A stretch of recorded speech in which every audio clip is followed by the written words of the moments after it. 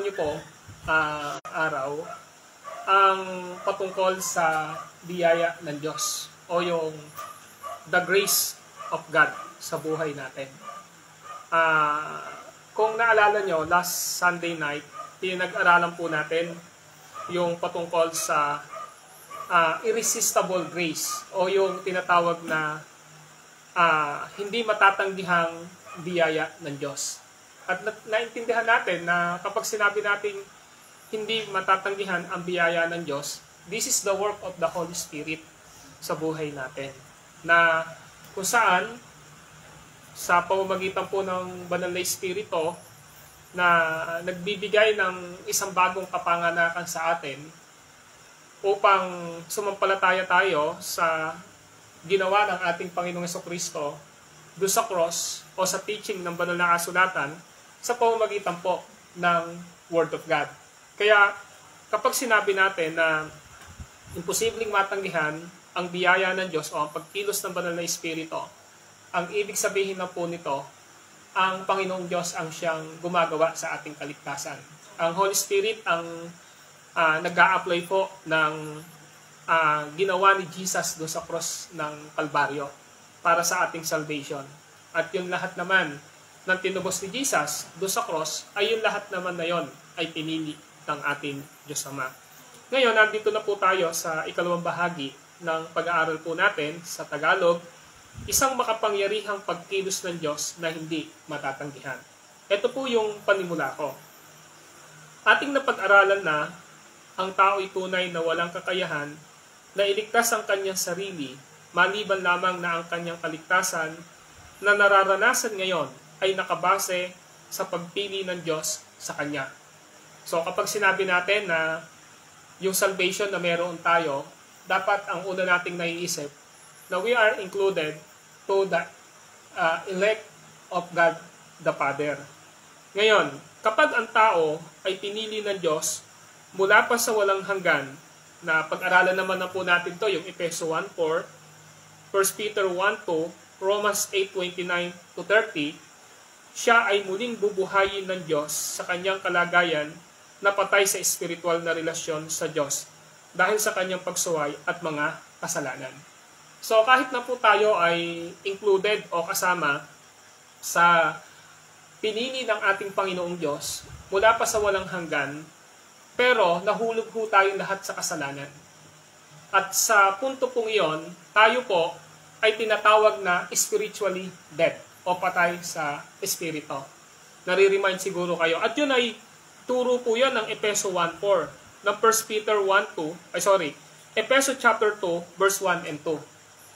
Ngayon, at kung ang makapangyarihang Diyos ang bumuhay sa Kanya, katulad ho na sinasabi ng Efeso 2:4-6, Colossians 2:3, John 6:36, 64 and 65, sa pamamagitan ng Banal na Espiritu, ang taong iyan na pinili ng Diyos ay hindi tatanggi sa pagkilos ng Diyos sa kanyang buhay. Sa katunayan, siya ay bibiyayaan ng Diyos ng pananampalataya na kapagliligtas at pagsisisi. Para lang ho makita natin systematically itong pinag-aaralan natin, ito po yon. Ang trabaho ng Holy Spirit sa atin, kaya hindi natin matatanggihan ng pagkilos, kasi kasama po tayo sa mga pinili ng Diyos Ama bago pa itatag ang sanlibutan. Ngayon, dahil nga po tayo ay kasamang pinili ng Diyos, malinaw po na binayaran ni Jesus ang ating pagiging makasalanan saan? Doon sa cross ng Kalbaryo. Pero, hindi ho natin makikita at mararamdaman yung ginawa ni Jesus Christ doon sa cross kung hindi muna tayo bubuhayin sa spiritual na aspeto. At ang may trabaho po nun ay walang iba kundi ang banal na Espiritu. At kapag ang Banal na Espiritu, binigyan niya po tayo ng isang bagong buhay o yung tinatawag na regeneration. Ang gagawin ng Espiritu Santo, bibigyan niya tayo ng pananampalataya. Kanino? Doon sa complete works ni Jesus sa cross. At kapag nakita po natin yon, ang mangyayari po sa atin, pagsisisihan po natin ang ating mga kasalanan at si Jesus Christ ay naging tagapagligtas at Panginoon ng ating buhay. So systematically, yun po yung malinaw na sinasabi, bakit hindi natin matatanggihan ang pagkilos ng Diyos o ng Banal na Espiritu. Ngayon, marami pong teksyon, maliwanag po na bago pa makapagsisi at manampalataya ang isang tao na patay sa espiritual na kalagayan, kailangan muna siyang ipanganak na muli. Ang Banal na Espiritu ang gumagawa sa aspetong ito.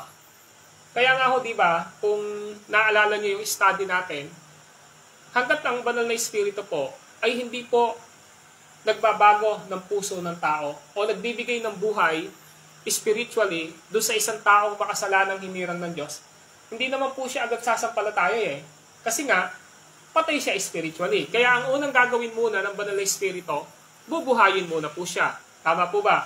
So ang gagawin muna ng Banal na Espiritu, bubuhayin muna ang isang taong makasalanang hinirang ng Diyos. At kapag binuhay na siya ng Banal na Espiritu, ang tawag natin dyan, regeneration, o yung tawag natin dyan, na pag-aralan natin noong last Sunday, yung born-again experience, bagong kapanganakan, doon niya makikita ang kaharian ng Diyos. Doon niya makikita ang Diyos.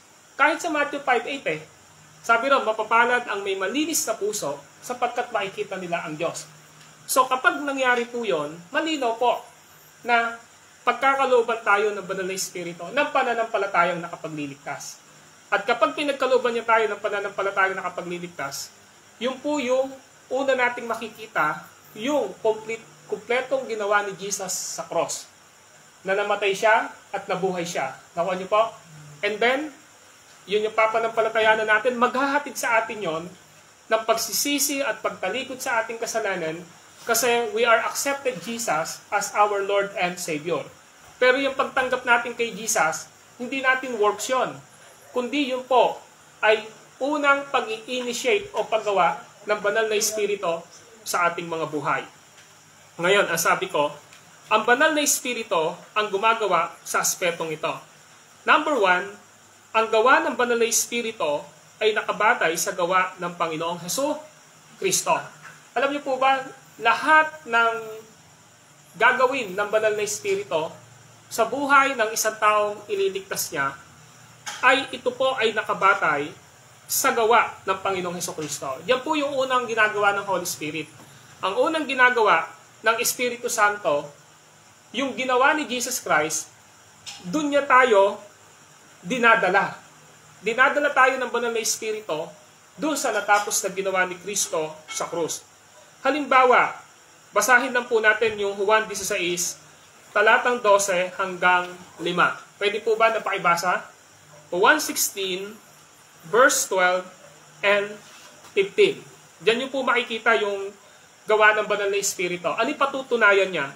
Sige po, Juan 16, verse 12 and 15. Sige, Sister Leone, Pastor, quickly. Well, marami pa akong sasabihin sa inyo, subalit hindi pa ninyo kayang unawain ngayon. 13 to 15 pa Apo. Ngunit pagdating ng Espiritu ng katotohanan, papatnubayan niya kayo sa lahat ng katotohanan galing sa Diyos. Sapagkat ang sasabihin niya ay hindi mula sa kanyang sarili, kundi ang kanyang narinig. At ipahahayag niya sa inyo ang mga mangyayari sa hinaharap. Pararangalan niya ako sa pagkatatanggapin ng Espiritu mula sa akin ang ipapahayag niya sa inyo. Ang lahat ng sa Ama ay sa akin, kaya ako sinabing tatanggapin ng Espiritu ang mula sa akin at ipahahayag niya ito sa inyo. Okay, so thank you. Kung mapapasin niyo, what is the ministry of the Holy Spirit in relation to the salvation? Di ba ang linaw po? Sabi niya, lahat ng kanya sasabihin ay nagmula kay Kristo. Ibig sabihin po, wala pong gagawin, walang sasabihin ng Holy Spirit nang hindi po naka-harmonize o naka-ugnay sa ginawa ni Kristo.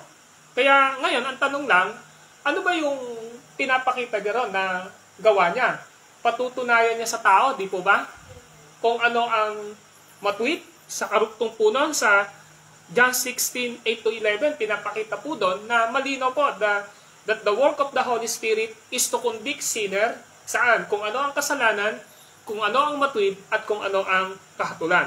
Kaya po, ang unang gawain po ng Banal na Espiritu sa isang taong wala pang kaligtasan, ang una niyang ginagawa ay pinapatunayan niya kung ano ang ginawa ni Kristo sa krus ng Kalbaryo.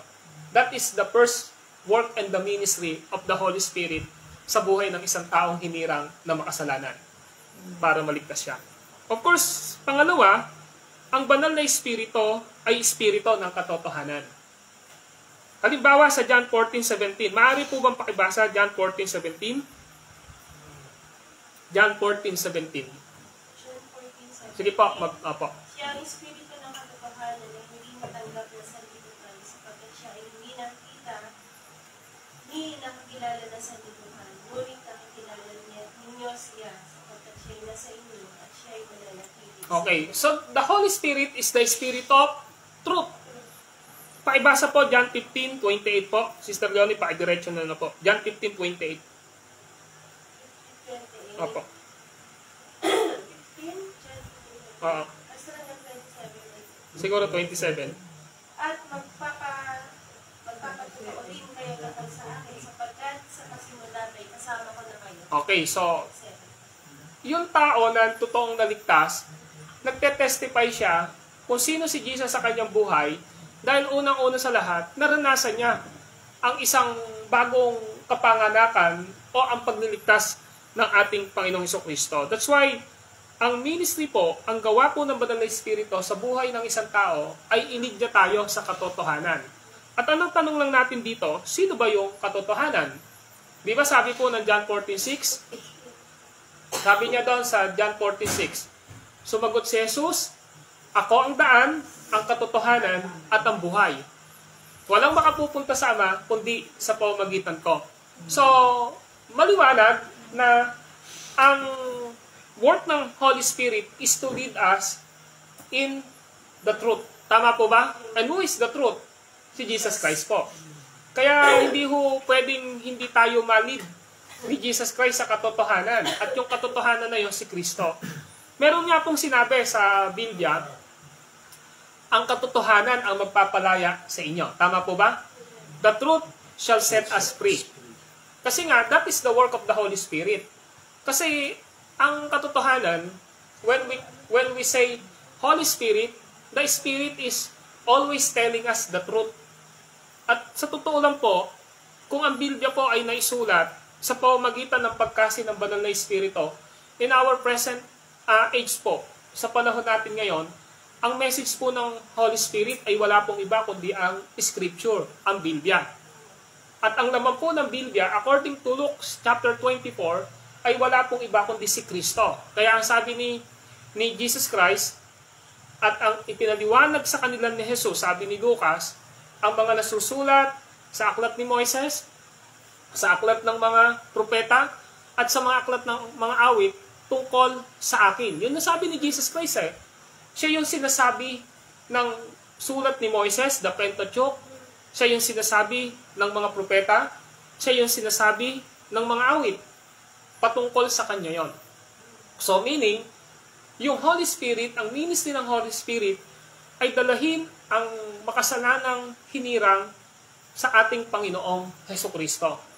Nakuha niyo punto? Pero of course, kaya natin ngayon nakikita yon, kaya natin nauunawaan yung ginawa ni Jesus Christ kasi nga, binigyan niya na tayo ng isang bagong spiritual na pagkabuhay.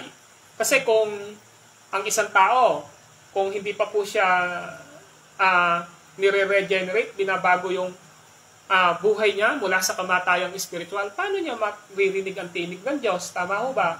Paano niya makikita yung ginawa ni Kristo sa cross? Paano niya mararamdaman ang pagmamahal ng Diyos Ama sa pamamagitan ng ginawa ni Kristo? Kaya ho niya nararamdaman yon, nauunawaan yon, kasi nga may ginawa na yung Holy Spirit sa buhay ng tao. At yon ay ang regeneration o yung word na bagong kapanganakan. Okay, pangatlo. Ang gagamitin lamang ng Banal na Espiritu ay ang katotohanan upang magbigay buhay. So wala pong ibang instrumento ang Lord, kundi ang truth. Dahil the truth will give us life. Tingnan nyo ho ang John 17:17. Pakibasa po. 1:17:17. Sige, Sister Myla, pakibasa po. Bukod mo sila para sa iyo sa pamamagitan ng katotohanan. Ang salita mo ang katotohanan. Paano nabubukod, Sister Myla? Ano sabi ni Jesus Christ?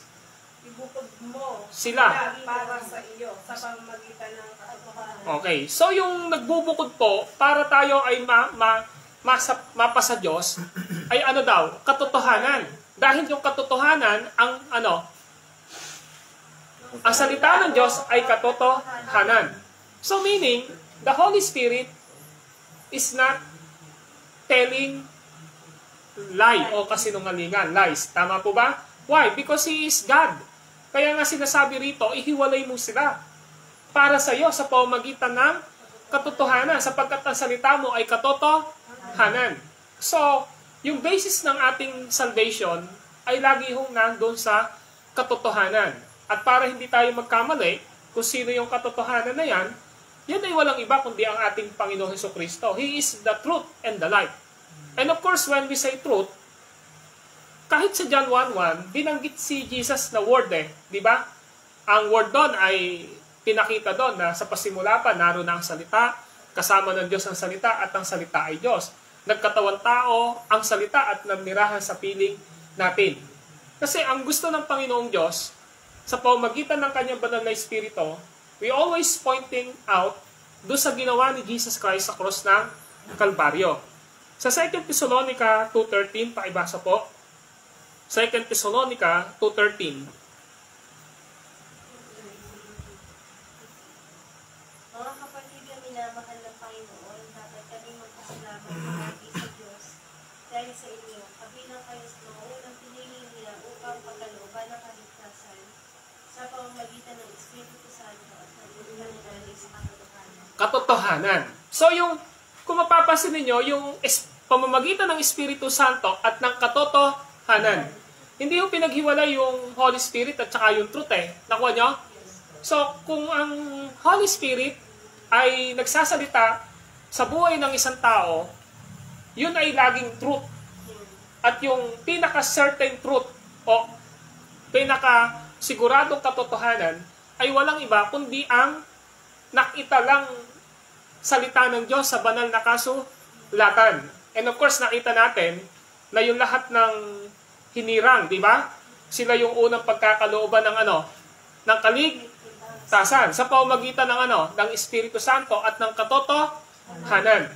So, kung ating makikita at tutugay-gayin, yung lahat daw ng hinirang, sila yung pagkakalooban ng kaligtasan sa pamamagitan ng gawa ng Banal na Espiritu at ang mensahe ng Espiritu sa buhay ng isang tao para maligtas siya ay ang katotohanan.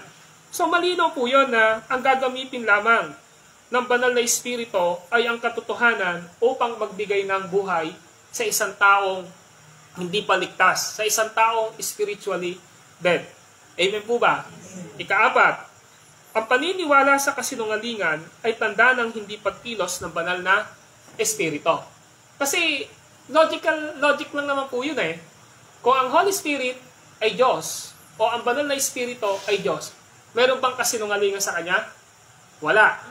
Ngayon, ang problema, may mga pagkakataon sa buhay ng isang tao na ang akala niya, yung kanyang pinaniniwalaan ay katotohanan na.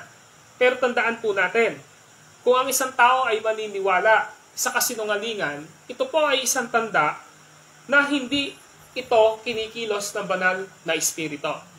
Halimbawa, sa Romans 1:18, meron bang kasinungalingan na pwedeng makadeceive sa mga tao? Romans 1:18.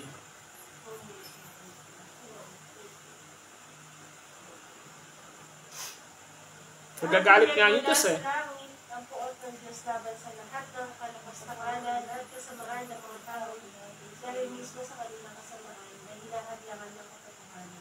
Hinahadlangan ang katotohanan. Sinisipil. Ngayon, pag tinignan nyo yung konteksto dyan, yung binanggit dyan, na sa halip na ang sambahin at paglingkuran ay ang lumalang, sino yung pinaglingkuran at sinamba? Mga nilalang. Pansinin nyo po dyan, yung mga lalaki, pinagpalit nila yung kanilang kasarian saan? Sa nararamdamang babae. Di ba? Yung babae naman, nararamdaman naman niya, yung yung pagkalalaki. Yan ho yung bisexual na binabanggit. Tapos in-identify dyan, na yung lahat ng ginagawa ng tao na kasalanan, hinayaan sila ng Lord eh. Kasi ang totoo, alam nilang mali yun, pero ano yung ginagawa nila? Sinisikil nila. Di ba? Ang maaaring malaman sa Diyos ay malinaw na inihayag ng ating Panginoong Diyos. Kaya paibasa nga Sister Lola yung 118 na yan. Nahahayag mo na sa langit ang buot ng Diyos laban sa lahat ng panapastaan. Palapas na. Kasamaan ng mga taong dahil mismo sa kanilang kasamaan ay hinahadlangan ang katotohanan. Hinahadlangan, di ba? Hinahadlangan nila yung katotohanan. So ang tanong natin, meron bang tao na tingin nila katotohanan yung mali nilang ginagawa? Meron po, yun po yung sinner, di ba? Makasalanan, sa kanila, i-justify nila yon, di ba? Halimbawa, meron na silang maling ginagawa, kaya pa nilang i-justify yon. Sa totoo lang, hindi lang naman po sa unbeliever ito, kahit Kristiyano, ginagawa din naman ito di po ba? Na alam naman na nating mali, tama po ba? Naglalagay tayo ng justification. At sasabihin natin, di naman to masama, di ba? Bakit siya? Marami tayong justification. Pero ang katotohanan po doon, ang ganung bagay ay nagpapakita na pinaniniwalaan niya ang mali. Na sa tingin niya, tama para sa kanya, pero sa lente ng banal na kasulatan ay isang kasinungalingan na mali na dapat na hindi niya ginagawa o tinatanggap. Naku yung punto? So, nagagalit yung Diyos doon. Tama po ba? So, kaya ang tanong natin, pwede bang dalahin tayo ng Holy Spirit sa ganung pananaw? Hindi ho Kasi because the Holy Spirit is the Holy Spirit na lagi pong yung totoo dahil Diyos po siya. Di ba? Walang kasinungalingan sa banal na Espiritu because He is God. Tako niyo punto rito. Sa 2 Thessalonica 2:9-12, paibasa po. 2 Thessalonica 2:9-12. 2:9-12 po. 2 Thessalonica 2:9-12. Pag ikaw na suwain, taglay niya ang kapangyarihan ni Satanas, gagawa sila lahat ng umilang, mapanlilang ng mga tulala at nababalaghan. Gagamit siya ng lahat ng umilang pandaraya sa mga makapahamak sa mga taong ayaw ibig sa katotohanan na makakapagligtasan na sa kanila. 11. Dahil ayaw nilang tanggapin ang katotohanan, hayaan ng Diyos na sila ay malintang na espiritu ng kamalian at naniwala sa kasinungalingan. 12. Sa ngayon, mapaparisahan ng lahat na pumili sa kasamaan sa halip na tumanggap sa katotohanan. Sa tingin mo, Sister Leone, ano yung pagkaintindi niyo po dyan? Sino yung naglalagay o nag-i-instill sa isipan ng tao ng kasinungalingan? Si Satan. Tama po ba, di ba? Ngayon, ang sabi doon, sa halip sana na maniwala sila sa katotohanan. Tama po ba? Upang maligtas sila. Pero ano yung nangyari sa kanila? Nadaya sila, di po ba? At sino yung tumaya sa kanila? Si Satan, di ba? So meaning, ito yung katotohanan sa buhay po natin. Madalas, ang kaaway, si Satan, hindi man si Satan, ang instrumento niya na takbo ng sanlibutan, hindi man yung takbo ng sanlibutan, yung mga taong nakakasama natin, mga bulaan, yes, sometimes, ito yung nagiging barriers, nagiging hadlang, di ba? Upang tayo ay tumalima sa katotohanan na sinasabi ng banal na Espiritu sa atin, coming from the written word of God, which is the Scripture. Pero minsan, dahil nga po ang problema, mayroong pandaraya na nangyayari. Ano yung nangyayari po sa mga tao? Ayaw nilang maniwala sa katotohanan. Tama po ba? Ang problema po dyan, kung bakit hindi sila naniniwala sa katotohanan, dahil ang totoo po doon, hindi nila naranasan yung tinatawag na the initial work of the Holy Spirit sa puso nila. Kasi once na ang isang tao, from spiritually dead, ng buhay niya, o yung wala pa siyang relasyon sa Diyos, tapos kumilos yung banal na Espiritu sa buhay ng isang taong yon at nagwo-work yung Holy Spirit sa puso at isipan ng taong yon, napaka-imposibleng hindi siya maniwala sa katotohanan patungkol kay Kristo at sa salita ng Diyos. Ang katotohanan, bakit hindi siya naniniwala, binulag siya ng takbo ng sanlibutan. Meaning, hindi niya na-experience pa ang isang bagong kapanganakan. Nakuha niyo? And of course, this is a warning for us as a believer, di ba? Na hindi po porke sa tingin ng tao, karamihan tinatanggap ito, doon na tayo sasang-ayon.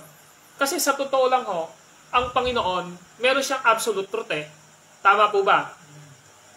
Kunwari, meron akong nakita sa isang Facebook na pinagdidibatihan yung nakasulat na 6. Na nakahigang 6 na ganon. May kanya-kanya silang basa. Ina-assume nila. Ang sabi ng isa, 6 yan. Nakaharap din 6 Siyempre, sa harap niya, 6. Doon naman sa kabila, nakaharap niya din. 9 naman. Nakuha niya? Ngayon ang tanong, sino tama sa kanila? Di ba? Ngayon, ang judgment doon, tanungin natin kung sino yung nagsulat. Tama po ba? Kuwari, kami ni Brad, magkaharap kami. Pinagdidipatihan namin, 6. Siyempre, hindi namin alam kung ano talaga, 6 ba yan o 9. Kailangan tanungin namin kung si Sister Myla ang nagsulat, Sister Myla, ano ba talaga yan nung sinulat mo? 6 ba yan o 9? Ngayon, kung sinabi ni Sister Myla na 9, sabi ko 6, I need to be humble and corrected sa ganung mga bagay. Tama po ba? Kasi kung talagang tinuturuan tayo ng banal na Espiritu as the author of the Word of God, tama po ba? At yung ministry niya ay to lead us to the cross of Jesus Christ, dapat mag-submit tayo. Doon sa sinasabi ng salita ng Diyos, ng author, ay walang iba kundi ang Diyos sa pamamagitan ng banal na Espiritu. At kailangan nating i-humble ang ating sarili upang ang katotohanan ay matanggap natin sa ating mga buhay. Amen po ba? Kasi ang totoo, kaya hindi natin matanggap yung salita ng Diyos sa buhay natin. Kahit yung ibang mga tao, bukod po sa hindi talaga nararanasan ang regeneration o yung paggawa ng Holy Spirit, ang problema po dun pride Tama po ba? Pagmamataas. Ba't ba bumaksak si Lucifer? Sa pride. Tama po ba? Kasi ang gusto niya, hindi na siya mag-trust doon sa mga katangian ni Yahweh, di ba? Doon sa mga pinapagawa ng Diyos sa kanya, ayaw na niya. Umangat siya, ang gusto niya, na siya na sana ang sambahin at paglingkuran ng maraming anghel. So what is the problem? Hindi lamang po basta tayo, hindi lamang basta ang isang makasalanan ay spiritually dead. Ang katotohanan, yung bunga ng kanyang kasalanan ay pagmamataas, kaya siya nalalayo sa Panginoong Diyos. Sapagkat ang tao, hanggat nagmamataas, kahit na alam niyang mali yung ginagawa niya, hindi ho siya makakalapit totoo sa ating Panginoong Diyos. Amen po ba? Kaya nga merong tao na kailangan na niya. Gutom na siya. Ang sabing ganon. Di ba? Harapang ganyan. Dumating siya. Halika, kumain ka na. Ano gagawin niya? Sasabihin niya, hindi, busog pa ako. Pero ang totoo, gutom na. Pero ang sabi niya, nahihiya lang siya. Hindi ho yun nahihiya. Pride po yun. Kasi kung makikita mo naman kung sincero yung mga tao di ba? Kumari, dumating ka ng alanganin, sample lang ito, alas 12:30 na, nakikita mo kumakain sila. Di ba ganun tayo minsan? Ako ranas ko din dati yun na aayain ka na? Halika na, kumain ka na. Ano sabi natin? Hindi, busog pa ako. Pero pagka 5 beses ka ng inaya, ano gagawin mo? Parang sinasabi mo, sige na nga. Parang yung andating, ikaw pa yung nagbigay doon sa request ng mga tao Pero ito yung problema natin dito minsan Sometimes we need to humble ourselves, di ba? Magpakatotoo tayo na kung talagang mali tayo, tanggapin natin mali tayo. Tama? Kung alam natin na open natin ng Diyos at makasalanan tayo, tanggapin natin. Kasi hanggat di natin tinatanggap yon, hindi darating sa atin ang katotohanan at di natin matatanggap ang katotohanan sa buhay natin. Amen po ba? Meron pa po dyan sa 2 Corinthians 4:3-4, John 8:43-47. Sa John 8:43-47, ito kasi pagka hindi natin tinanggap ang katotohanan, may sinabi niya, pakibasa po. Juan 8, talatang 43 hanggang 47. Ito po. Bakit hindi ninyo maunawaan ang sinasabi ko? Hindi ba ito'y dahil sa ayaw ninyo tanggapin ang itinuturo ko? 44, ang Diablo ang iyong Sige, mabigat yan. Gustuhan niya ang ibig ninyong gawin. Noon pa man ay mamamatay tao na siya. Hindi siya sumali sa katotohanan kailanman, sapagkat walang kuwang sa kanya ang katotohanan. Ligas sa kanya ang magsinungaling, sapagkat siya ay talagang sinungaling, at siya ang ama ng kasinungalingan. 45. Ayaw ninyong maniwala sa akin, sapagkat katotohanan ang sinasabi ko sa inyo. 47 po. Sino sa inyo ang maaaring magpatunay na ako'y nagkasala? At kung katotohanan ang sinasabi ko, bakit ayaw ninyong maniwala sa akin? 47. Ang mula sa Diyos ay dumirinig ng mga salita ng Diyos. Ngunit, Subalit ayaw ninyong makinig sa akin sapagkat tayo dumirinig na sa oh, malinaw po yun, di ba? Kapag hindi natin sinunod ang salita ng Diyos, we are not from to the Lord, di ba? Hindi tayo para sa Panginoong Diyos. Sabi niya, ang matindi diyan, yung binanggit ni Jesus Christ, bakit di ninyo matanggap ang aral ko? Di ba? Kasi ayaw niyong maniwala sa turo ko. Pero ang problema, ba't directly sinabi niya na diablo ang iyong ama? Ang tanong natin, sino ba'y kausap ni Jesus dito? Religious, din po, mga people yung kausap niya rito. Ang katotohanan ng kausap po niya dyan, mga Pharisees at saka Sadducees. Ang tanong natin, may reliyon po ba yan? Meron po. Kasi pinamamalita nila, pinagyayabang nila, lahi sila ni Abraham. Kasi pag binasa kong diretso yun, sabi nila, lahi kami ni Abraham. So, sino ba si Abraham? E di po ba si Abraham, siya po yung father of faith from the Old Testament, from chapter 11 hanggang chapter 22. Andun yung kanyang kasaysayan. Pero si Jesus Christ, hindi niya tinanggap na totoong lahi sila ni Abraham spiritually. Bakit po? Kasi ayaw nilang kilalanin at tanggapin ang aral ni Kristo. Kaya sabi niya, kung totoong mula kayo sa Diyos, pakikinggan ninyo ang aking aral at susunod kayo sa aking aral. Ang tanong, bakit di ninyo matanggap? Ang sabi niya, diablo ang inyong ama, kung ano ang gusto niya, yon ang iyong ginagawa. Sapagkat sa simula pa, siya'y mamamatay tao at kalaban ng katotohanan. Ang bigat ng salita ni Jesus. Sinabihan niya yung mga religious na mga tao. Pero kay Jesus, kahit religyoso yung mga taong ito, ang sabi niya, hindi kayo totoong ligtas. Kasi directly sinabi niya, diablo ang inyong ama. Hindi niya sinabing, totoo kayong anak ni Abraham. Sa spiritual na aspeto, hindi niya sinabi yon. Tama po ba? Hindi rin niya sinabi na kayo ay anak ng Diyos na si Yahweh, si El Shaddai, si Elohim. Sabihin na natin lahat ng names sa Old Testament. Wala siyang sinabi. Directly sa 44 ng 1:8, diablo ang inyong ama. Yun ang sinasabi po doon. Kaya sa punto ng pag-aaral, wala ho tayong makukuhang katotohanan kay Satanas. Kasi totoo, he is the prince of lie. Di ba? Lies siya eh. Liar po siya eh. Wala hong dapat tayong ipagtaka. Sapagkat kay Satanas, hanggat may opportunity siya na manling lang sa kasinungalingan, gagawin niya po yun. Alam naman natin ang nangyari kay Eva. Tama po ba? Sa Genesis chapter 3. Sa totoo lang, si Satan, hindi siya agad nagbibigay ng isang gusto niyang mangyari sa isang tao o yung kasalanan na ibibigay ng masama sa isang tao na nasaan yung kasalanan. Wala akong ganon. Totoo ba? Kasi kung alam mong si Satan, ang laging ginagawa niya, binabalot muna niya sa magandang paningin. Binabalot muna niya sa pleasure. Yung mga bagay na maiisip katulad ni Eva, masarap, di ba? Maganda sa paningin niya. Tama po ba? Kaya nabuo sa isipan niya. Ano yung punto natin dito? Si Satan, napaka-crafty po niya. Deceiver po si Satan. Kaya kala natin, yung nararamdaman natin minsan, yung nakikita natin minsan, yung ginagawa natin minsan, kala natin, okay na yon. Trap na pala.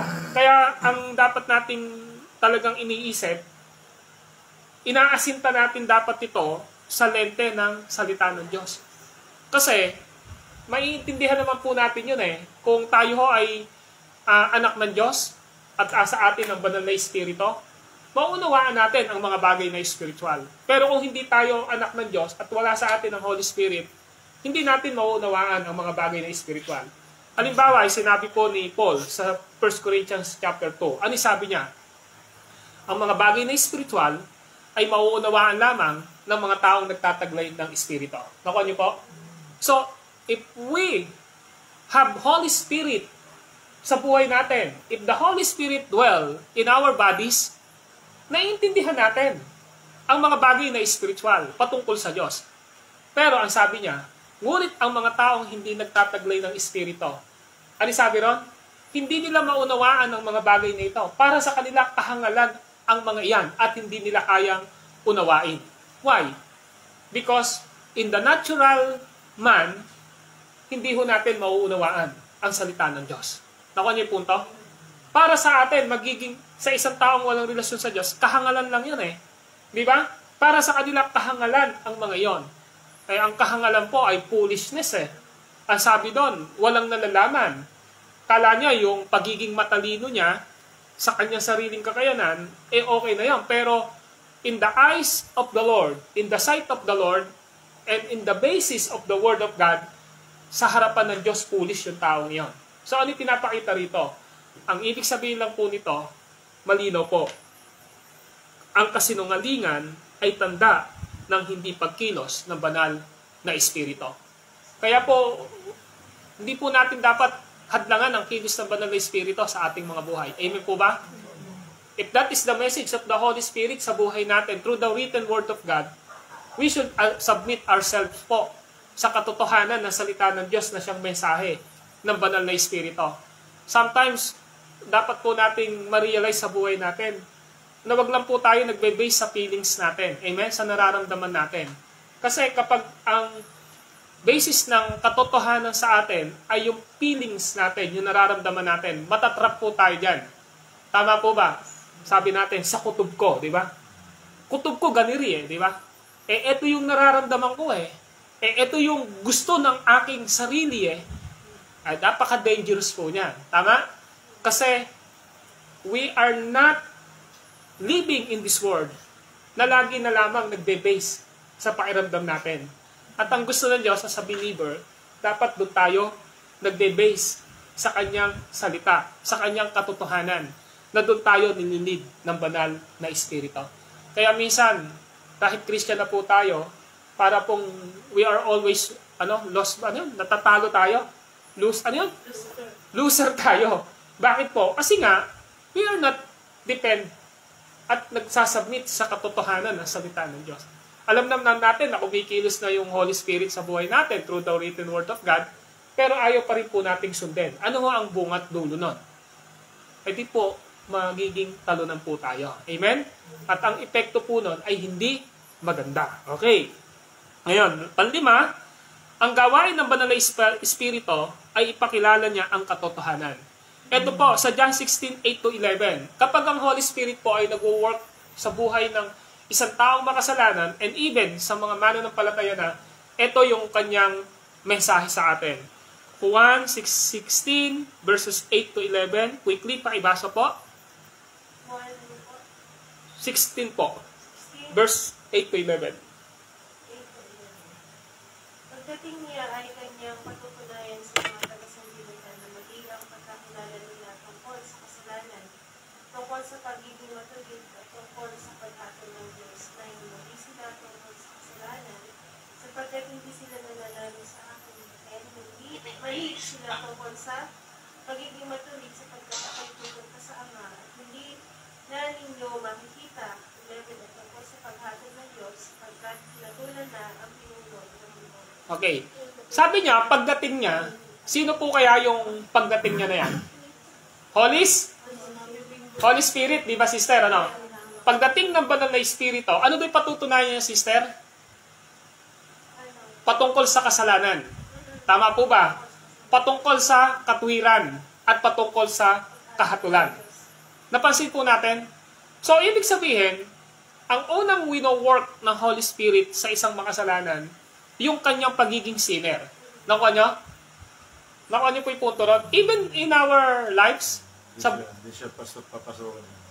yes. Kasalanan una, halimbawa, nagtuturo ako ng salita ng Diyos ngayon, tapos ang tinuturo natin ay Word of God. Ang unang ipapakita ng Holy Spirit sa atin yan, we are offending God, di ba? na nagkasala tayo sa Diyos. Yun yung una niyang patutunayan. Kahit na po Christian na tayo, yun pa rin ho eh. Kaya nga yung sanctification, everyday po yan eh. When we hear the Word of God, ang Holy Spirit po, kinukorek niya po tayo, nire-reproof po niya tayo, nire-rebuke niya tayo. Nakuha niyo po yung punto? So, ibig sabihin, ang unang papatunayan sa atin ng Holy Spirit, kasalanan. Pangalawa, kung ano ang matwid. Nakita niyo? Pangatlo, kung ano ang kahatulan. Nakuha niyo yung punto. So, ibig sabihin, itong tatlong kay neto, kasalanan, ano pa, katwiran, at saka kahatulan, kung titingnan natin, yung dalawa, negative. Pero yung isa, positive. Alin doon? Yung katwiran. Tama po ba? So meaning, pag may kasalanan tayo, mayroong hatol. Tama po ba? Pero kapag tayo ay nakakita ng katwiran sa pamamagitan ni Kristo at pagsunod sa katwiran na salita ng Diyos na mensahe ng Banal na Espiritu, ano yung magiging judge ng Lord sa atin? So, siyempre, ma-acquit tayo sa ating mga pagiging makasalanan at i-justify tayo ng ating Panginoong Diyos sa ating buhay. At nagdadala ito ng genuine repentance at pagiging totoong anak ng Diyos. Kahit na po ngayon, Christian na tayo, alam natin na may mga weakness pa tayo. Tama po ba? Kapag ang Holy Spirit, kumikilos siya sa buhay natin, nire-remind po niya tayo sa mga mali at kasalanang nagawa natin. At nagdadala po ito ng pagtingin natin na we are not living in the righteousness. Tama po ba? At kapag sinabing we are not living in the righteousness sa buhay natin, ano yung mangyayari dito? Of course, meron pong kahatulan. Sasabihin ng Diyos sa iyo, if you are not repenting sa kasalanang ginagawa mo, ito ang magiging consequence nito sa buhay mo. Amen po ba? Kahit sa ating mananampalataya na, di ba? Kapag sinabi ng Lord sa atin na wag mong gawin yan kasi ang magiging consequence niyan, kahatulan yan, ito yung magiging bunga. Di ba sometimes, hindi pa tayo gumagawa ng kasalanan, hinahatulan na tayo ng Diyos. At ano yung hatol niya? Anak, mali yung ginagawa mo na yan. Tama? Anak, wag mong gagawin yan. Anak, hindi yan yung gusto ko. Anak, gusto ko i-prevent kita sa ginagawa mong yan dahil mahal kita. Paano kung matigas ang ulo natin? Tama po ba? Siyempre, ang gagawin natin, hindi tayo magsasabit sa Diyos, sa salita niya. Pero ang tanong, ano yung magiging consequence nun na ginagawa natin? Ang consequence po nun, yung judgment po nun, hindi maganda. Tama po ba? Halimbawa, isang taong Kristiyano, hindi pa Kristiyano, nakakarinig na ng gospel.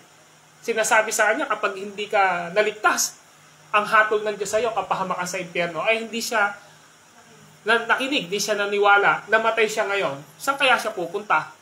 Hindi siya pupunta sa langit. Saan siya pupunta? Sa impyerno po. Maghihirap ang kanyang kaluluwa sa apoy, katulad ng matandang mayaman. Okay? So, yun po yun. Pang-anim, mga halimbawa ng pagkilos ng Diyos sa kaisipan ng kanyang mga hinirang. Kapag kasi po, ang Diyos kumikilos sa buhay ng tao, alam niyo kung ano yung kanyang unang ginagawa. Meron siyang binabago sa laman ng isipan natin. Pakibasa nga po, Mateo 16:16 and 17. Mateo 16:16 and 17. Sumagot si Simon, Pedro, kayo po ang Kristo, ang anak ng Diyos na mahal. 17 sinabi sa kanya ni Jesus, papalit ka Simon na anak ng Jonas, sapagkat ang katotohanan ito'y hindi nihayag sa iyo na sino ang tao, kundi ng aking Ama na sa langit. Okay, so kung mapapansin natin, ano sabi niya? Mapalad ka, Simon Pedro. Di po ba? Ang sabi niya, ang mga bagay na ito ay hindi inihayag sa iyo ng tao, kundi inihayag ito sa iyo ng ano? Ng amang nasa langit. So, ano ang ibig sabihin nito? Yung isang tao na naniniwala kay Kristo, mayroong changes na mangyayari sa kanyang buhay. Alam nyo, in Romans chapter 12, verse 2, ano huy sabi doon? Mag-iba na kayo at magbago ng pag-iisip. Para daw ano? Upang mabatid ninyo kung ano ang daw po ang kasunod? Kung ano ang mabuti, katanggap-tanggap, at nakalulugod sa Diyos. Hanggang di po natin pinapabago sa banal na Espiritu at sa salita ng Diyos ang ating isipan at walang renewing of our mind, hindi po natin malalaman at magagawa yung mga bagay na pleasing to the Lord. Tama po ba? Katanggap-tanggap sa Diyos. Hindi natin magagawa yung tinatawag na holiness at di rin natin magagawa ang mga bagay na kalooban ng Panginoong Diyos. Unless we renewed our mind, doon lang po natin magagawa yung will ni Lord sa buhay natin. Unless we renewed our mind, doon lang tayo makakapamuhay ng may kabanalan.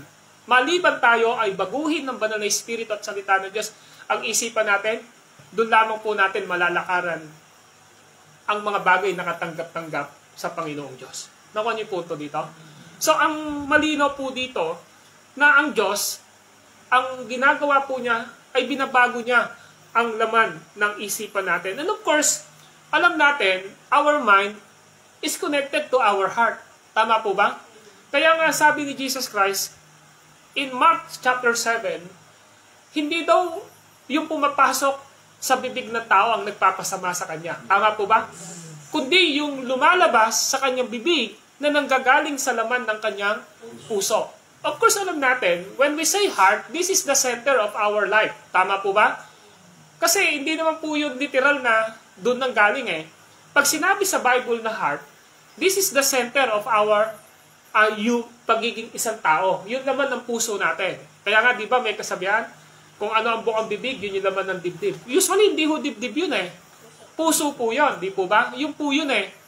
Kaya, malinaw po sa atin na when the Holy Spirit work and moves in our lives, meron siyang babaguhin sa puso natin. Amen?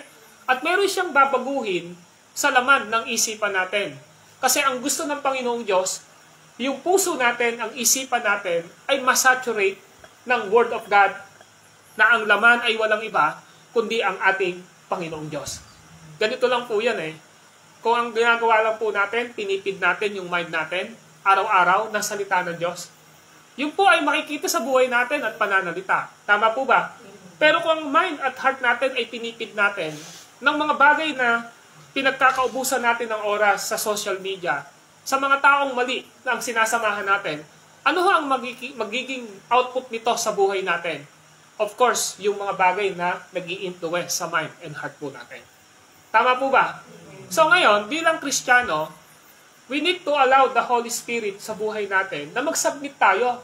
Saan? Sa Holy Spirit na nasa ating mga puso. Why? Because the Holy Spirit dwell in our lives. Sa katunayan, ang sabi ng 1 Corinthians chapter 6, hindi nyo ba alam na ang inyong katawan ay templo ng Espiritu Santo?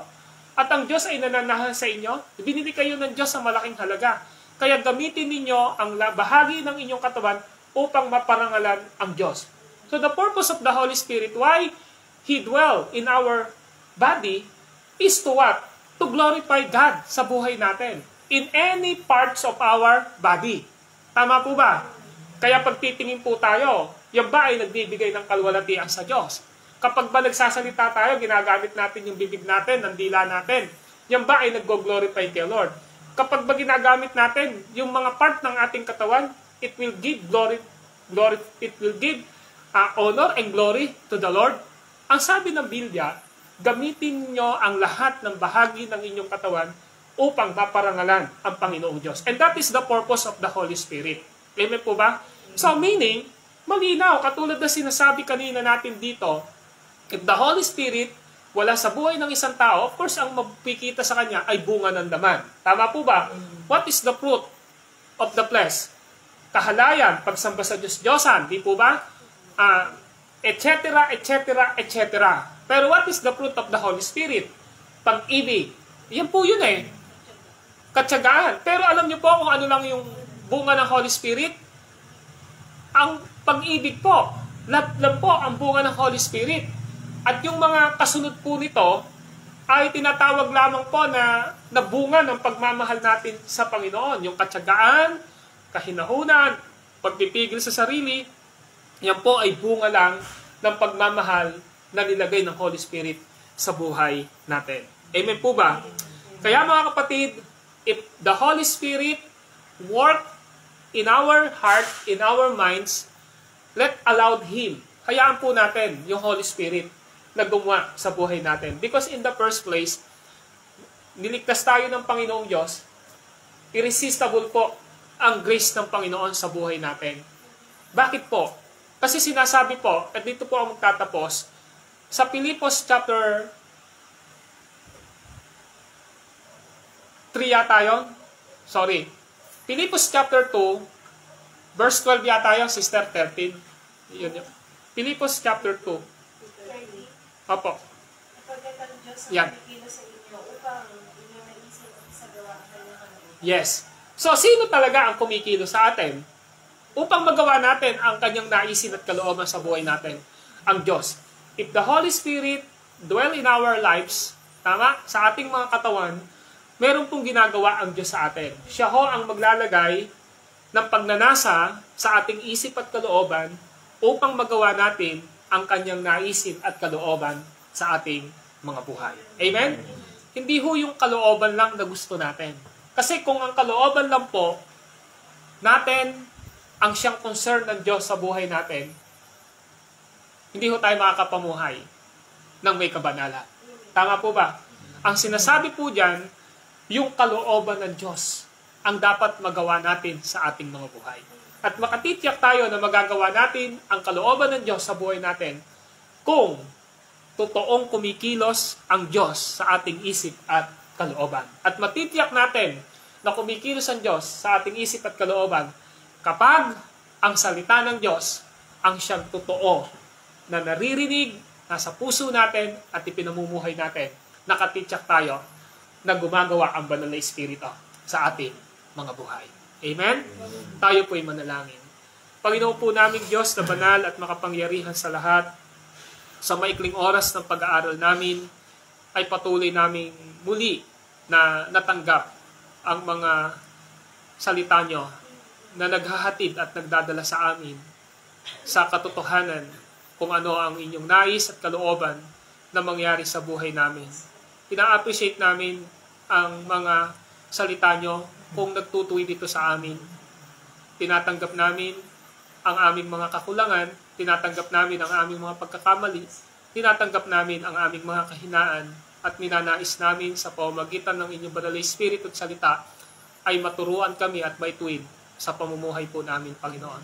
Because in the first place, niligtas niyo po kami, hindi para mabuhay sa sariling kagustuhan namin, kundi mamuhay kami sa ilalim ng inyong kagustuhan at kalooban sa aming mga buhay. At the end of our lives, O God, hindi naman po mahalaga ang mga bagay na ginusto lang namin. Ang mahalaga sa inyo at mananatili ay ang gusto ninyo na inyong nais ipagawa sa amin.